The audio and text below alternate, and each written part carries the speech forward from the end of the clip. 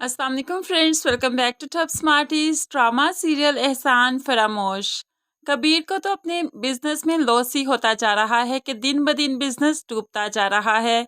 तभी तो वो फलक से भी अपनी परेशानी शेयर करते हुए कहने लगा, फलक अब हमारे हालात वैसे नहीं रहेंगे, वैसा लाइफस्टाइल भी नहीं रहेगा, लेकिन मैंने बैंक से अप्लाई किया है, क्या पता हमें लोन मिल जाए। अगर लोन मिल गया तो बहुत अच्छा हो जाएगा, लेकिन अगर लोन नहीं मिला तो फिर हम डिफ़ॉल्ट कर जाएंगे।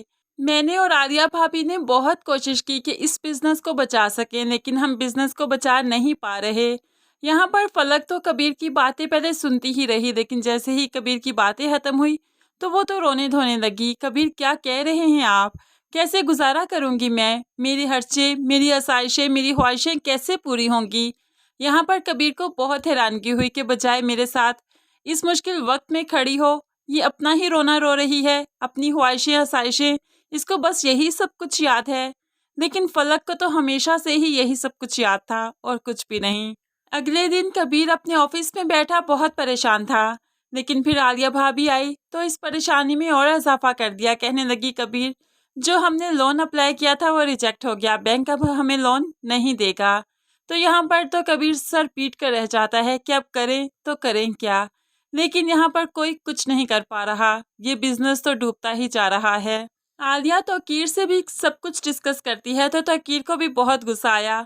ज़ुबान से निकले हुए अल्फाज, कमान से निकला हुआ तीर और फिर बिजनेस में किया हुआ इन्वेस्ट पैसा कभी वापस नहीं आ सकता। तुम दोनों ने किसी से कभी पूछा ही नहीं, मशवरा ही नहीं लिया। भला मुझे भी इसमें इन्वॉल्व किया होता, क्या पता मैं अच्छा मशवरा दे सकता था। लेकिन तुम लोगों ने सब कुछ बिगाड़ कर रख दिया, बर्बाद कर दिया।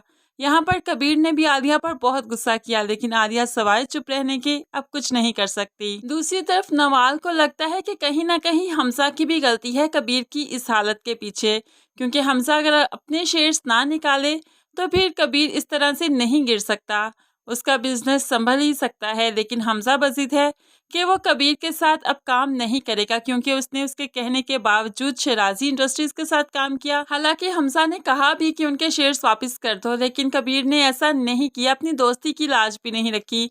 तो आज हमजा उसकी कोई बात नहीं सुनेगा। इनफैक्ट वो तो कहने लगा कि अगर नवाल के साथ भी उसका रिश्ता खत्म होता है तो हो जाए, लेकिन कबीर को तो वो मजा चिखा कर रहेगा कि उसके बगैर वो इस इंडस्ट्री में कुछ नहीं कर सकता।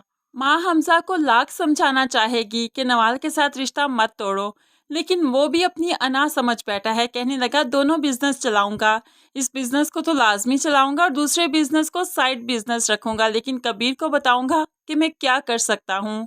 ऐसे में कबीर और फलक एक दिन कहीं जा रहे थे कि पुलिस की गाड़ी ने उन्हें रोक लिया और अरेस्ट वारंट दिखाते हुए कबीर को अरेस्ट भी कर लिया। यहाँ पर बहुत ही परेशान हो जाती है फलक, लेकिन पुलिस वाले कबीर को अब पुलिस स्टेशन ले जाते हैं। आलिया और तौकीर को जब पता चला कि फलक इस हालत में घर में अकेली है तो वो हमदर्दी करने और फलक को अपने साथ ले जाने आ जाते हैं। फलक, हमारे साथ चलो, तुम यहाँ पर अकेली हो, जब तक कबीर नहीं आ जाता तुम हमारे साथ जाओ। तो फलक उन्हीं पर भड़कने लगी, गुस्सा करने लगी, ये सब कुछ आपका किया धरा है, आप लोग मुझे सुकून से जीने ही नहीं देते, रहने ही नहीं देते। यहाँ पर उनकी बेइज्जती करके उन्हें घर से निकाल दिया और खुद अपनी माँ के सामने मासूम बन जाती है, मजलूम बन जाती है। लेकिन सुल्ताना बेगम को भी बहुत जल्द फलक की हकीकत पता चल जाएगी। जब फलक हमजा के करीब जाएगी, कबीर को छोड़ेगी और नवाल का घर खराब करेगी, तभी तो सुल्ताना बेगम होश के नाखून लेगी कि उसने कैसे सांप को अपने पास पाल रखा था। सांप तो अपने बच्चों तक को खा जाता है, तो फिर सुल्ताना बेगम और नवाल क्या चीज़ हैं।